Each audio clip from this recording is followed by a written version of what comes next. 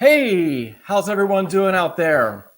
Eric Hurst, live with another training cafe where we talk training, climbing, and we sip on coffee together. Let's begin with our commune. In the spirit of climbing, we sip coffee. Together, climbers around the globe enjoying coffee. And actually, me today, I just finished a slice of Kuchen, or coffee cake.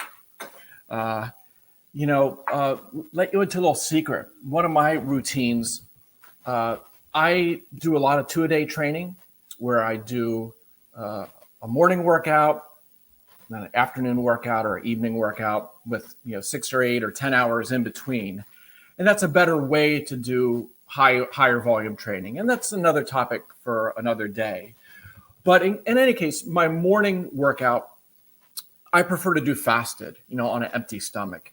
And so I get up, drink a glass of water, brew some coffee, and have a couple cups of coffee as I head down into the gym and put in my morning session, which is only about an hour long typically. Maybe, a pretty drawn out warm up because it's first thing in the morning. And some stretching, some foam rolling, some slowly progressive weighted or hangs, and then weighted hangs and pull-ups and weighted pull-ups. And eventually after a half an hour, I feel like I'm turned on and warmed up. And then I do just like a 30-minute workout. It might be max strength one day, another day. Today I did just some endurance training on the tread wall just to kind of get a pump on because I had been off the last few days. And so in any case, I do the morning workout fasted. And then right after the workout, I have a whey protein shake. And today a slice of coffee cake to get some carbohydrate back into my system with that protein and to get me kind of primed, rebuilding and ready for the next workout later on in the day. So there gives you a little bit of insight into how Coach Hurst does it. I don't do the exact same routine all the time. I'm kind of changing it how I feel, but I was away for 4 days and didn't really do any training. It was kind of a deload period for me, if you will. So I kind of treated this morning workout as just kind of getting things started back up, get the blood flowing, and then I'll do some harder training sessions the next couple of days. So on to the topic today, and it involves the World Cup, which was in Salt Lake City this weekend. That's where I was. My wife and I flew out there just for a long weekend to watch the Bouldering World Cup. And it's the first one in a few years here in the United States. There was for many years a Bouldering World Cup at Vail during the summer months, but that ended. And then there was COVID. And so the World Cup returned to Salt Lake City this past weekend, a Bouldering World Cup. And actually this coming weekend, there's another World Cup at the same venue. It was supposed to be in Germany this weekend, but because of COVID, that wasn't possible. And so in, kind of the last few months, they figured out a way to kind of keep things set up to do 2 World Cups in a row here in the United States. And that one will be bouldering and speed climbing. And no, I won't be attending that one, but it sure was a good show first time around. So if you're able to get into Salt Lake City to see this weekend's World Cup, I believe it's sold out, but maybe if you show up, there's a way to get in. It's a fun time. Even if you're not into competition climbing, I think everybody should witness one of these pro level competitions at some point, because first of all, you get to see the best climbers in the world do stuff that ordinary folks, myself, couldn't touch, probably get off the ground on many of these boulders. And the speed climbing is just flat out impossible, unless you train specifically for that. It's just crazy. So it is an amazing thing to observe firsthand. And of course, this is a lead up to the Olympics, Tokyo, that is the end of July into early August. So, kind of just give you some of my impressions from the competition, and then I'll get to your questions if you want to type them in here. The software I use for these broadcasts kind of integrates YouTube and Facebook live streaming into one. So if you enter your questions in, I should be able to see them pop up here and respond to them live. during this live stream. And I'm going to try to keep this one a little shorter than usual because I got a busy day here, having come back from traveling the last few days. So impressions, qualifiers, first of all, there's 3 rounds. The qualification round, there is on the order of 50 or 55 men and 50 women. And so that's kind of an all-day event the first day. And the qualifying round, they go through 5 problems, and there's an aggregate scoring system. And the top 20 folks then advance to the semifinals the next day. And the semifinals is typically where the route setters set the most difficult routes.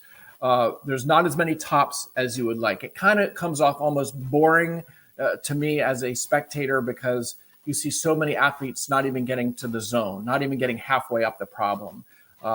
But again, that's kind of the weeding out process, taking that top 20, who are all great climbers. They're all world-class climbers. If you're in the top 20, if you're in the semis at a World Cup, you're a great climber. But still, there are tiers, obviously, within that. And so the job of the route setter is to reveal those tiers, at least on that day, who is, the top tier and, where people kind of fall in after that. And there's many factors that go into this that can't be controlled. The weather changes during the course of the day. Sometimes it gets hotter as the competition goes on. In this case, it got actually a little damper because there were some showers moving through and the humidity would go up and down. And so I can imagine how maybe the grip on the holds changed slightly from climber to climber throughout the day. But in any case, the semis, you don't see that many tops, and you see a lot more frustration, I think, being revealed, when you have these amazing, 515 climbers, V15, V16 boulderers, failing on, in some cases, most of the semifinal routes. But again, that's kind of the job of the route setter, is not to make them fun problems to watch with a lot of tops, because that, then there wouldn't be this kind of screening out of, who is the best on that day. And so the goal is then to identify that top tier, the top 6, and get them through to the final round, which is usually late afternoon or early evening following the semifinals. And then when you get to the final round, the problems are a bit less extreme. The setters have to walk a fine line and make them hard enough so that these top 6 climbers don't all top out. But yet you don't want to shut everybody down. That would be a boring final show. And so if they do it right, there'll be a few tops, and there will be hopefully at the very end of the event, the last climber, the first seed, might top a route that everybody else failed on and make for a really exciting finish. And this time around, kind of things played out accordingly. And I should add, I was impressed, as an American climber. We had on the order of 8 American athletes that made it through to semis, which is a really good showing for the United States. I mean, we don't have that rich history of being really dominant in the World Cup, on the World Cup stage, as do some of the European countries, Slovenia or Japan, of course. The Germans have always fielded strong teams, and the American medaling and gold in particular has been very few and far between. Maybe a few golds per decade in World Cup climbing, and so to see so many American athletes get through into semis was awesome. And then to get into finals, well, no men made it, unfortunately, from the U.S. team, but 2 women did.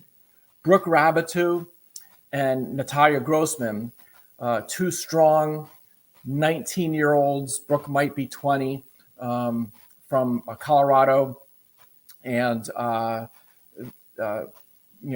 Brooke is going to the Olympics to represent the United States this summer. Natalia, actually, in her first World Cup back in April in Switzerland, medaled, got bronze, which was amazing for her first World Cup. So they're both climbing at the highest level and made it into finals. And as it turned out, they both medaled.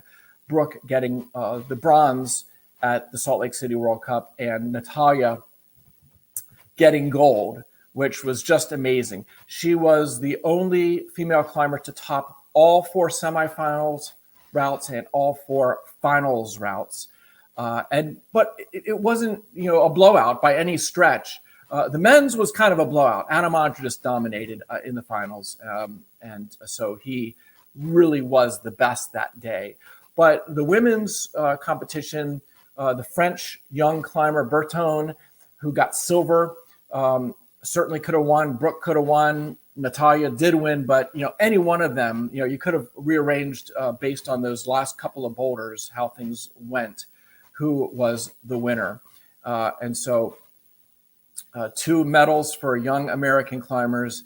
The future is certainly bright for us. And there's on the men's side, Colin Duffy, Ross Fulkerson. Then there's they're young upcoming climbers. Then there's veterans like Sean Bailey.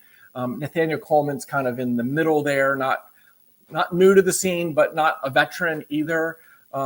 He's going to the Olympics. So both the American men and women have a bright future in competition climbing. And it's going to be fun to watch how things play out in the Olympics, late July into early August. If you have a chance, go in and watch the finals, especially the women's finals is worth watching. I'll put a link maybe in the YouTube notes to this Training Cafe so that if you're viewing this after the fact, you can just click on the link and go in and see the finals, especially the way it ended up, with Natalia on the last problem, one that had a jump lunge move to a crimp that the competitors would try over and over and over, and it was very hard for anybody to stick it. And Natalia stuck it like in the final seconds to secure the gold medal. So it was really spectacular ending the way it worked out. So I would say the route setters did a very, very nice job. And of course, there's the World Cup this weekend, so you can view it. Usually they don't stream live the qualifying rounds, but they do the semifinal and final, and I imagine the speed climbing as well. So you can, check that out this coming weekend. I think speed is Friday, and then qualifiers Saturday, and then semis and finals are Sunday. So you can enjoy that. Okay, well, enough said on that. I will now get to some of your training questions, and these always tend to come from climbers in various countries around the world of different age and experience and diverse selection of questions. And so if you're just kind of sipping coffee and listening on in, hopefully, maybe one of these questions will be relevant to you, maybe more than that. You can just kind of soak up some knowledge. I've been doing this. I've been climbing 45 years and writing about climbing and training and studying and researching and coaching it for more than 3 decades. So I'm always happy to share my experience. Okay, so let's see here. First up, experienced climber from France was wondering if it's possible to mix repeaters and max hangs on the same day and session or cycle. And he would do the max hangs first if he was going to do them together. And, it's not ideal in my opinion. To do it every now and then wouldn't be a problem. Certainly, if you were going to say have a 3 or 4 day break, like I just had, a deload period. And so you were going to train really hard for a couple of days and you kind of wanted to hit a lot of different bases, you might do it in that situation. But as a regular, way of training, I am a big believer in energy system training, especially for more advanced climbers, which, the goal is to target one bioenergetic system per workout. So if you're going to do the max hangs, that's the anaerobic alactic energy system. When we're talking about short bursts of near maximal strength and power for less than 10 seconds. So that is kind of your max hangs, your campus training, limit bouldering, like on a system wall where you're just doing a 4 or 5 move boulder problem. those would all be things that kind of fit into that category. So I'd rather see you do that in one workout, and then a separate workout, do your repeaters, which is more of a strength endurance exercise. And then you would also do other things that train that anaerobic lactic energy system that is most targeted with repeaters. You would do bouldering 4x4s and Frenchy pull-ups and things like that that are really pumpy. You could do them potentially in the same day. If you're separating and doing a 2-a-day schedule like I described for myself today, where you have a big break, 6-8 hours between a morning and an evening session, you could do the strength in the one and the strength endurance in the other. If you were doing daily undulating periodization, not a linear or block periodization scheme, but something where you, over the course of 1 week, hit all the energy systems once or twice, you could do max strength one day and then strength endurance the next day. And that's a pretty good in-season schedule where you want to kind of keep all the energy systems up to snuff for outdoor climbing, say on weekends. But in an off-season schedule, then maybe you want to focus more for a few weeks or a month onto one known weakness and try to elevate it, as opposed to jumping around between the different energy systems. So that all kind of speaks to programming, which is a complex topic. It has to be personalized. Working with a knowledgeable coach or becoming a knowledgeable self-coach is important. If you're new to climbing, your first 2 years, you just need to climb a lot and not obsess about training details. And energy system training, I think, is kind of premature your first year. You need to learn to climb and do basic training and, not move into it more advanced training too soon. Okay, next question up. Tips for a 53-year-old route climber still pushing and just closed his first 7 A's. That's 511 plus, so that's excellent. Is it worth training strength endurance when I feel that max strength and technique in mind are providing the benefits? Well, definitely, if you're still in the process of moving from 511 to 512, I mean, that's getting up into the higher grades, but it's still kind of high-end intermediate. And so most people in that category still have a lot of ground to make up or to improve when it does come to the technique and the mental game. And that can really continue for many years and help you, even, when you're up in the high grades, you can never assume that you're perfect technically or mentally, because you're not. But there's bigger gains to be had early on in those areas. And max strength as well. In terms of what is the best, physical training for you, well, it really comes down to what's limiting you. Are you pumping out on a route? If so, then that's more potentially strength endurance, though technique and mental issues can precipitate a more rapid pump out on a route. Or if you get shut down on a route because you can't do one hard move, then it might be more a limit strength or max strength type situation. And that's where the max hangs on a hangboard, and also doing more bouldering. Even if you're a route climber, you can benefit from doing some bouldering. And so you need to keep an open mind. Your intuition that you express here in this question may be correct, or it may not be correct. And again, that's where a veteran coach can really help you figure things out. Okay, what are your thoughts on the German climbing team during the Boulder Cup in Salt Lake City? 6 of them made it into semis. None of them made it into finals, not even Megos. Yeah, I mean, that's interesting. And I know the German coach, Urs Stalker, and I know Alex Megos, and I'm a big fan of the German team. And the German women had a strong showing. Quite a few, large number of German men and women did make it into semis, but as you point out, did not make it into finals. And I don't know. First of all, the home country has an advantage because their sleep isn't affected the same way as international travel. So anybody coming from Europe to the United States has to deal with that. Now, most of the teams flew in 5, 6, 7 days in advance to try to get through the jet lag. I'm not exactly sure when the German team got here. It might have only been midweek, in which case they might have had some issues with jet lag.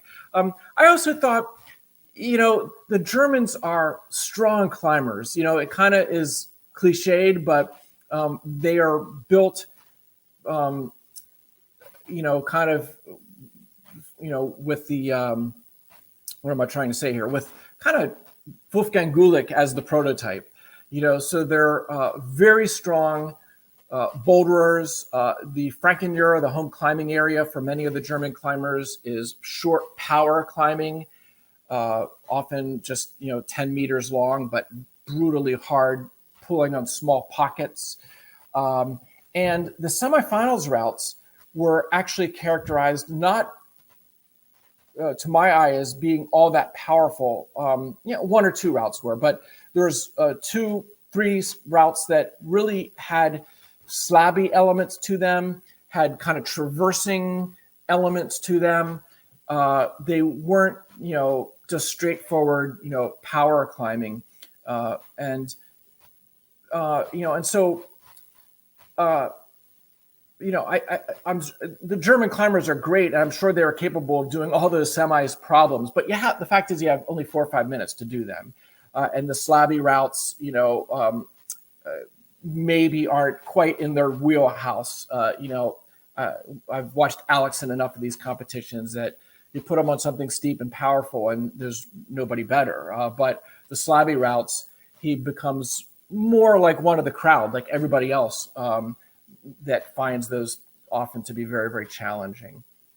And so maybe next weekend will be a different story. I don't want to judge any athlete on one competition, that's for sure. But it was a little surprising. I would have liked to see a few Germans make it through to the finals.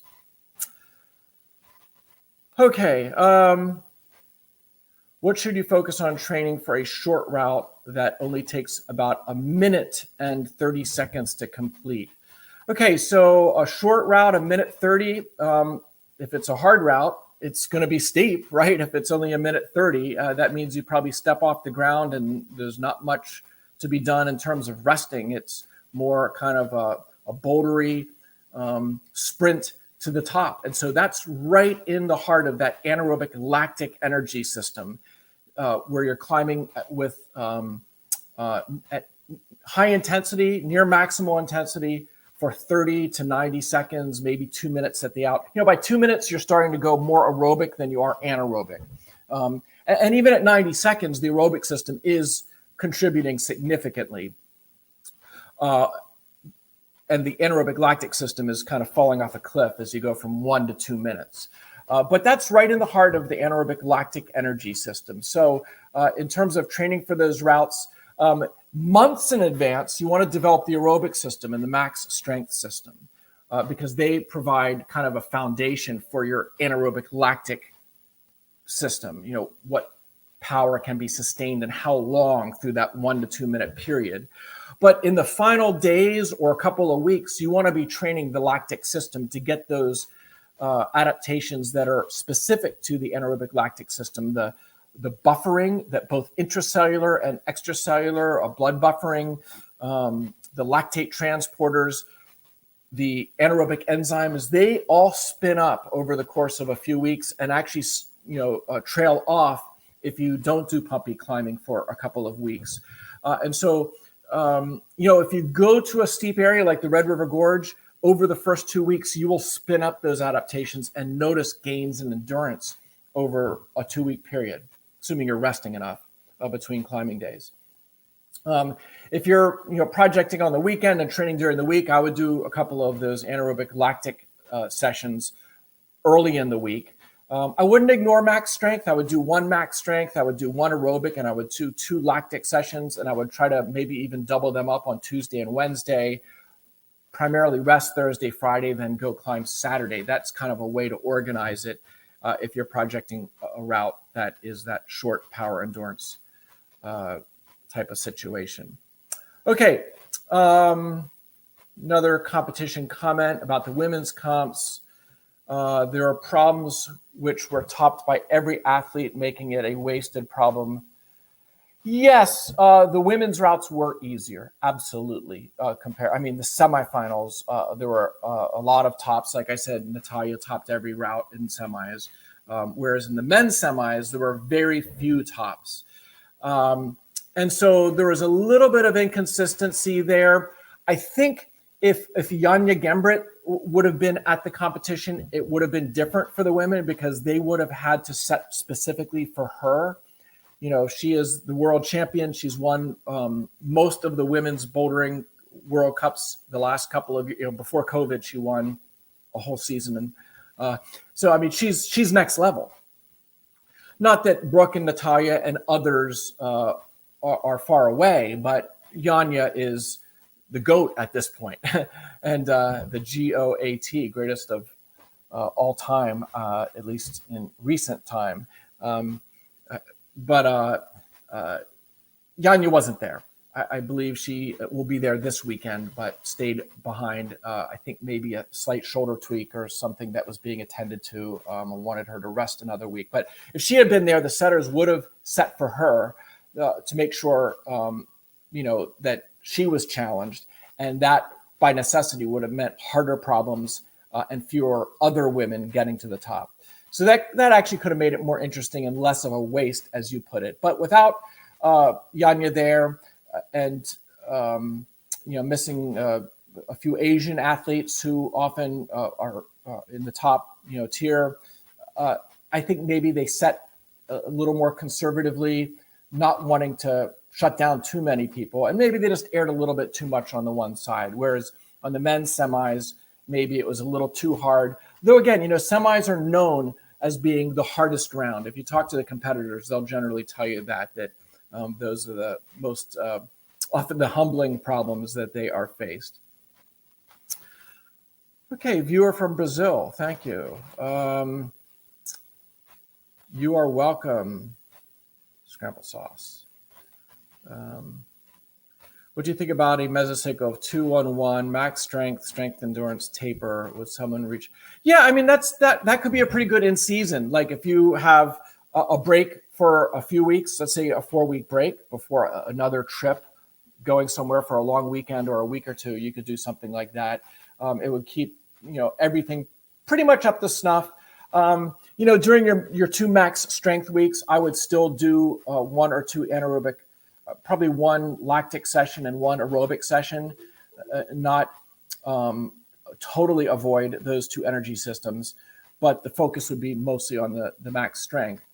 And then that last week or the third week would be more the strength endurance, the real pumpy stuff. Again, I would do 1 max strength and 1 aerobic.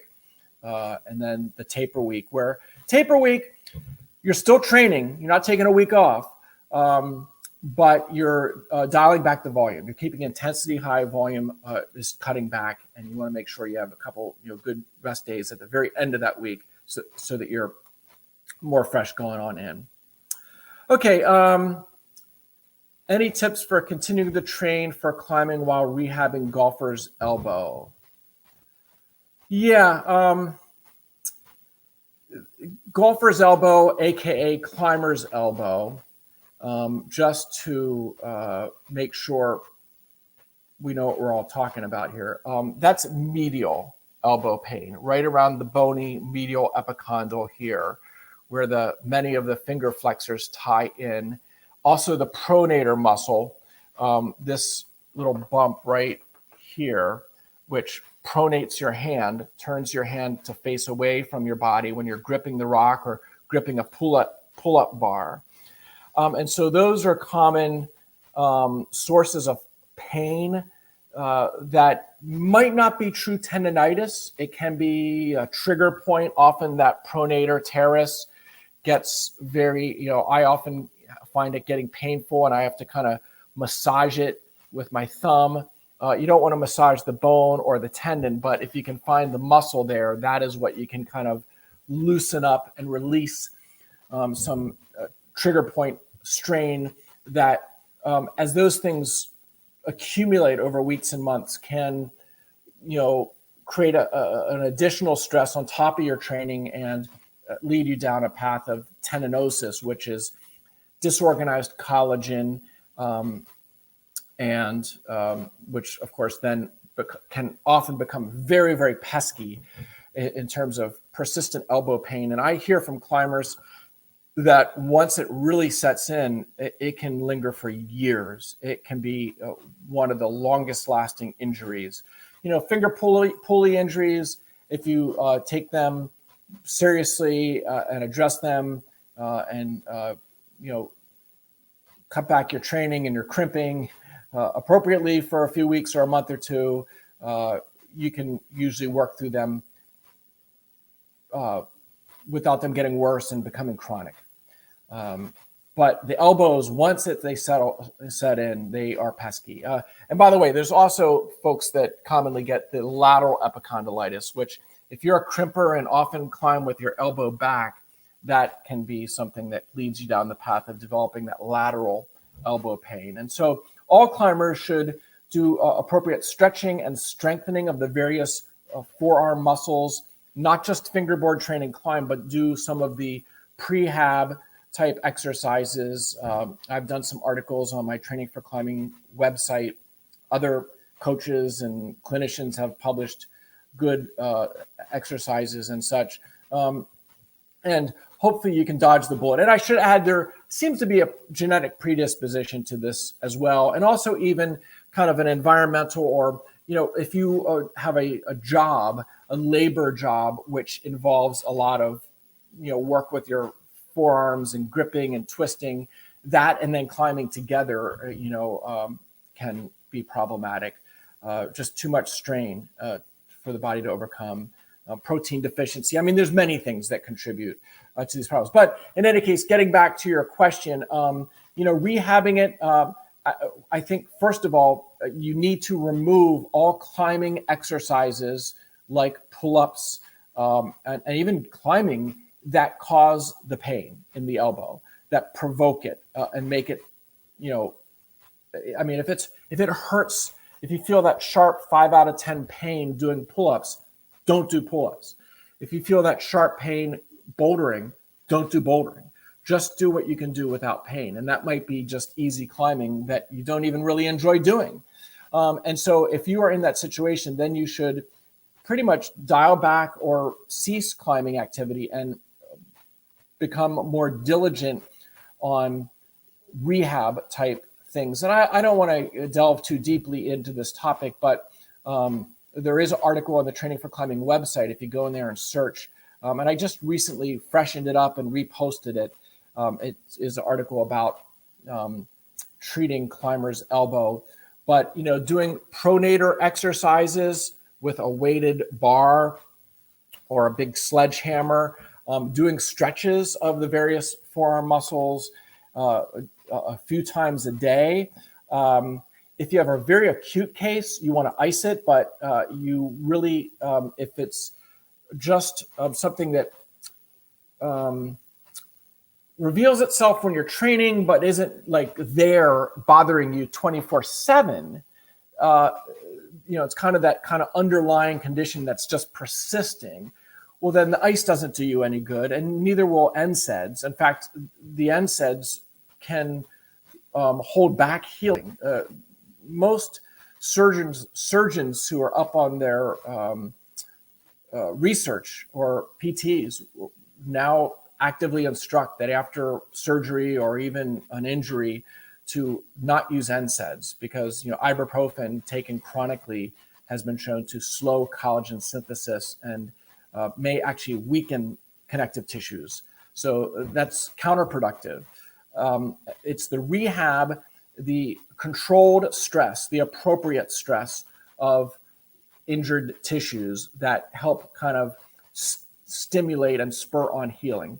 So again, you need to have specific exercises that you do that address those pain points. On a pull-up bar, if you stand with the bar long ways, running front back, and grab the bar like this and pull up, and then hold isometric contraction with your elbows around 90 degrees, and hold that for 10, 15, 20 seconds. Do a few of those. That gives a nice, slow isometric stretch that actually overcomes what's called a stress shielding of the injured collagen fibrils and allows the signal for alignment and synthesis and remodeling to take place. Quick, powerful movements don't give that signal the way a nice, long duration isometric does. And that's why most PTs now recognize no matter what the connective tissue injury is, whether it's Achilles or knee or elbow, those isometric holds with modest weights. It doesn't have to be super heavy, but those long isometric holds for 15 to 30 seconds, a few of those in a session are what give the best signal for remodeling and for healing. And that, of course, coupled with adequate protein, especially the collagen-specific amino acids, glycine and proline. That's the value of consuming a product like PhysiVantage Supercharged Collagen before your training, before your rehab, before your prehab. Get those aminos into your system. And then when you're doing those isometric contractions, fluid's moving in and out of the connective tissues. The synovial fluid is moving during the loading. And so you want to get those amino acids into your system before the workout. So you feed connective tissues before a workout, you feed muscles after a workout. So after you're done training your muscles, you consume like whey protein or a good high protein meal. And those amino acids circulate post-workout and feed, the bloodstream feeds them into the muscles for muscle recovery and strength gain. But connective tissues don't have blood flow, very, very little. They get most of the nutrition through the process of fluid diffusion from the loading. And that's why you need daily loading and ideally that spike of collagen-specific amino acids before you load. And if you do those things, follow that protocol and do that isometric loading pretty much on a daily basis, you will overcome many of these injuries. But again, elbow tendinosis, is one of the most pesky injuries. And if it drags on for a year or two, it might require a surgical intervention. Cortisone is kind of the old school thing, but it's controversial and could do more harm than good. It will knock out the pain and allow you to continue climbing, but it will also allow you to continue doing the things that got you injured. So I'm personally against cortisone in most cases. PRP shots, prolotherapy,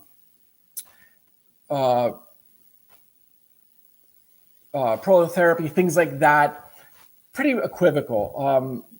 The research isn't really show any significant benefit, but there are two newer procedures, extracorporeal shockwave therapy and a minimally invasive technique called TENEX, TENEX. They actually are very promising at helping resolve tendinosis. And so if you're someone that has that long term, I'm talking a year or longer, you might want to do some research and see if there's a local physician that could look at you that has extracorporeal shockwave therapy or TENEX procedure available. Okay, well, I want to wrap this thing up here soon. Got a busy day. Could I adopt you? I am finally, after 20 years, an empty nester. So I do have an empty bedroom. My kids are 18 and 20, and Cameron's a pro climber. Jonathan's in college and climbing semi-pro. And so we do have an open bedroom, but I want to take advantage of the empty nest period and do a little more traveling myself. So I'll have to turn you down on that one for now. Sorry about that. Okay, back to the training question, tapering. Tapering, the tapering would be the last thing before your performance period. So if you do the max strength and then you do your strength endurance for a week and then you do your tapering, the tapering would be, you could still do an aerobic, type climbing session, but you'd be tapering, reducing the volume of, if you did, let's say, a max hang workout, you would just do a fraction of the normal number of hangs. And if you were doing a anaerobic lactic session, repeaters or 4x4s on a bouldering wall, you would do just a fraction of the volume. Keep intensity high, but reduce volume. I guess let's just do one more question here. I'm a 13- climber, live minutes away from outdoor climbing area. Tuesday, Thursday, I hangboard in the morning, climb outside in the PM. Saturday, I moonboard and campus. Sunday, I climb outside mileage. Hey, that's not a bad schedule. I kind of like that schedule. I'm lucky you to have climbing so close to you. I would treat those hangboard sessions on Tuesday and Thursday, because you're outdoor climbing, I would treat them as kind of a glorified warm-up. That's kind of the benefit of you doing those before you go climbing, is you get your nervous system turned on. And so you can actually be more effective when you go outside climbing later in the day, and have to do less of a warm up at the crag. Now, if that morning hangboard session is full on, 2 hours, many sets, lots of weighted hangs, you will leave yourself so fatigued. Not so much, like whole body fatigue, but your nervous system and your ability to turn on your muscles fully, your contact strength and such won't be there after doing that morning hangboarding in excess. So I would keep those morning sessions brief, 30-minute warm up, then maybe 30 minutes of training, get a good break with a meal in between, and then you're outside climbing. And then the moonboard and the campusing, that's a good kind of couple there on Saturday. And then the mileage on Sunday is a good kind of recovery workout. If it's a light mileage day, or if it's a real pumpy mileage day, then it's more of a lactic workout or lactic oxidative workout. So that's pretty good program there. I like that. Okay, well, it's now been just about 45 minutes. I think it's a good time to have a final sip of coffee here together, because this is the Training Cafe after all. Thanks for tuning in, and we'll plan on rendezvousing again in 2 weeks, God willing. And until then, I hope you get some good climbing in. If you're in the United States, we have the big Memorial Day weekend coming up, and that's a big climbing weekend for many folks. So I wish you safe travels and happy climbing, no matter where you're at around the world. And we'll see you in 2 weeks. And don't forget to watch the World Cup this weekend if you are at home. Have a good one. Bye-bye.